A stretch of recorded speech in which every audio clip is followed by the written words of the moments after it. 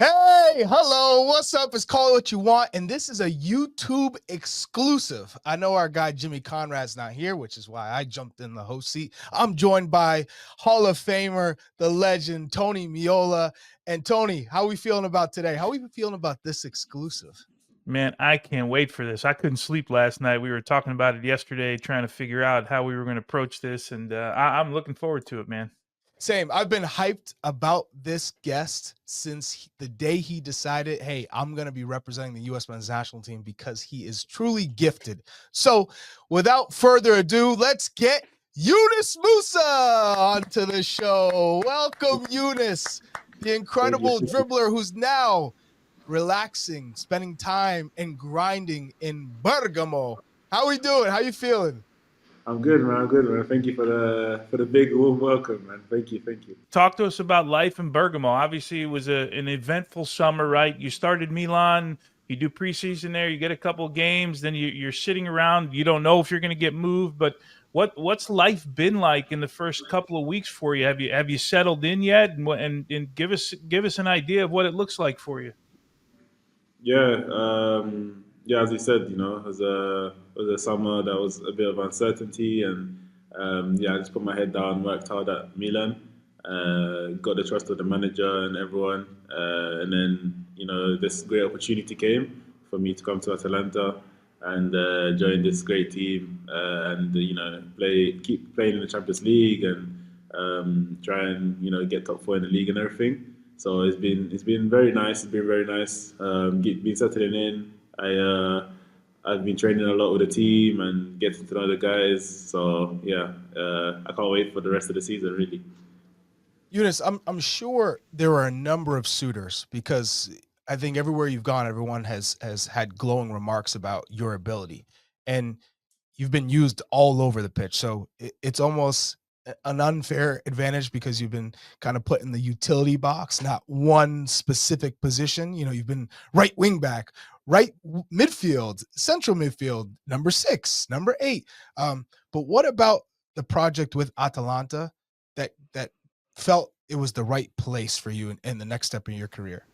Yeah. So I think a number of things for me to really develop in the middle. I think I'm at a time in my career where I think it's important for me to just focus in that position and just really develop as much as I can in that area. And also, Atalanta, they're in the Champions League, and I've been playing the Champions League in the past seasons. I wanted to carry that on, so that was something huge, that really caught my attention. What? So yeah, I guess the question, right, is what is for you the best position in what formation? Obviously, if from a U.S. men's national team standpoint, we have this image of the 2022 World Cup, right? The MMA in the middle of the field, the three of you guys, and how you were Yeah, ripping England apart for good portions of that game. Like, what's the most comfortable spot for you? And I know that felt good, by the way. yeah, for sure, for sure. That stays in my memory, as long as even though it's a few years ago, it's still it's still in my memory very vividly. But yeah, like I'm just trying to develop as a all-round midfielder to be the most complete midfielder I can be. So you're gonna need to play in different formations, etc., etc. But if you're a complete midfielder, you'll be able to adapt in any formation. I think so. That's my goal to really develop in that aspect and really learn from our coach here, the national team, and grow as much as I can. So Eunice, talk to me about your personal development because I'm curious, a player like you who's so gifted on the ball, and you've been that way with the youth English national team, you know, playing alongside Jude Bellingham, for instance. So when you're taking steps in your career, how are you working on improving?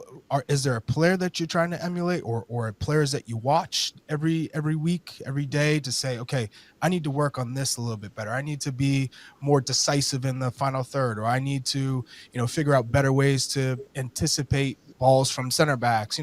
How are you working on your skills every day to get better? Yeah, so it's a combination of like having a coach that really shows you your clips after your games, after your training sessions, showing you that you need to position yourself in this manner, in that manner, and then working on it on the field, in training, like working on it repetitively, and then watching the videos again and analyzing yourself. I think analyzing yourself is the best way. Watching yourself back, seeing where you can improve, and then remembering that, and then trying to implement that in the next day. Like that. I think it will really help to improve. What are the areas for you right now? Because when I have an image of Yunus Musah, one thing that sticks out: a team getting pressed, and all of a sudden you spin somebody and dribble 20 yards through the midfield to break a press. But what are the Yeah. things that you say now? Hey, this is where I need to get better. Yeah, I think definitely in the final third, being more brave to make that decisive pass. Also to be cleaner in the finishes to get more goals for sure. That area for sure. I'm really working on that area, training a lot on that, and then also I think as you said, I can really drive the ball and penetrate teams with that manner, and then need to work on as well just controlling the game a bit. And with that experience now, getting that experience as I'm getting older, being able to control games more. Yunus, I want to transition to the U.S. men's national team. You took a break this summer. You said you needed it mentally, physically. You need to reset, kind of, make a move from Milan essentially to see what's the right project for you to take the next step forward. So I'm curious, looking back, is that probably the first time that you realized, hey, I need this break for myself? And it's not only for my mental and my physical, but also to figure out what's next for me in terms of the club situation.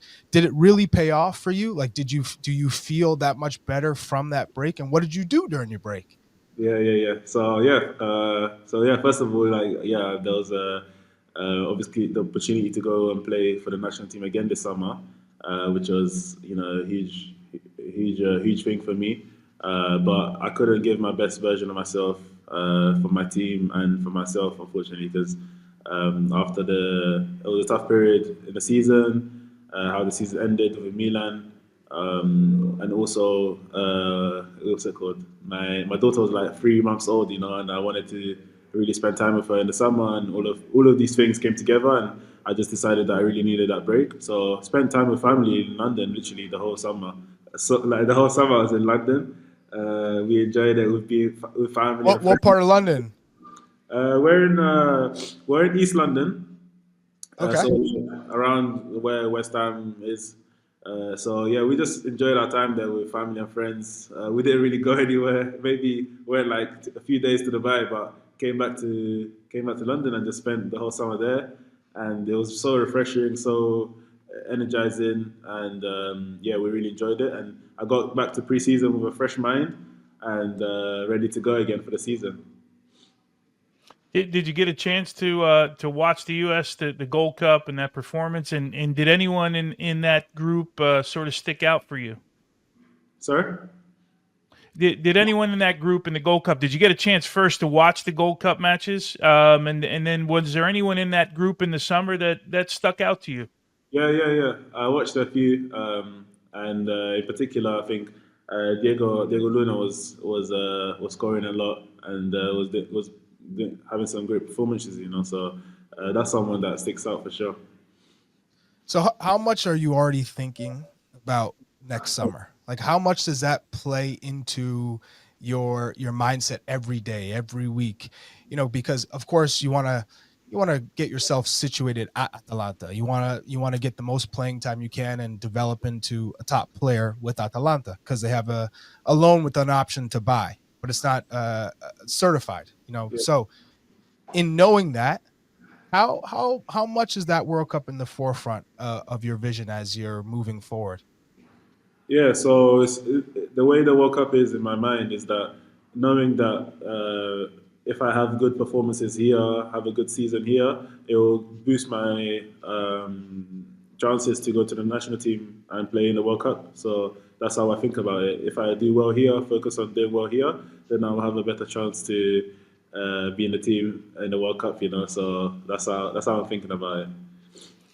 How about even maybe even more short term, right? We got October camp coming up here. A couple of really good friendlies that the U.S. Had been really looking for a while. Have there been any conversations with Pochettino or staff, or how's that sort of playing in your head right now? Yeah, so as I said, yeah, I've been able to play in some games, like you said, I played against Paris, even though we lost. Still I still got to play, and I'm sure the managers are watching and seeing how we're doing and seeing how we're doing. So hopefully the managers are watching and they're seeing our progress, and I hope that I get a chance to go and be with the team. Let's talk about your season coming up. Juventus coming up this weekend. Ooh, Then you got 4 home games, almost a complete month with 2 Champions League games at home. How important is this? Let's call it a month here for you guys in Atalanta. Yeah, no, it's a big one. It's a big one for sure. I think the season's kicked off in a good manner, and we're looking to carry on in that way. Can't wait to play against Western on the weekend. Always nice to see him, and yeah, hope we go out there and beat them.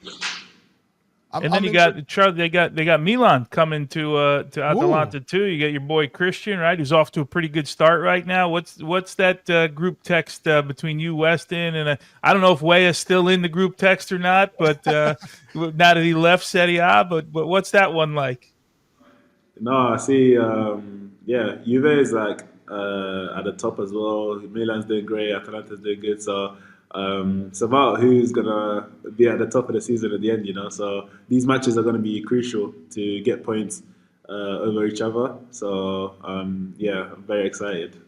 Yunus, I'm curious. Do you respond better to managers who are man managers who aren't really diving into the weeds about tactics? They just want to give you freedom.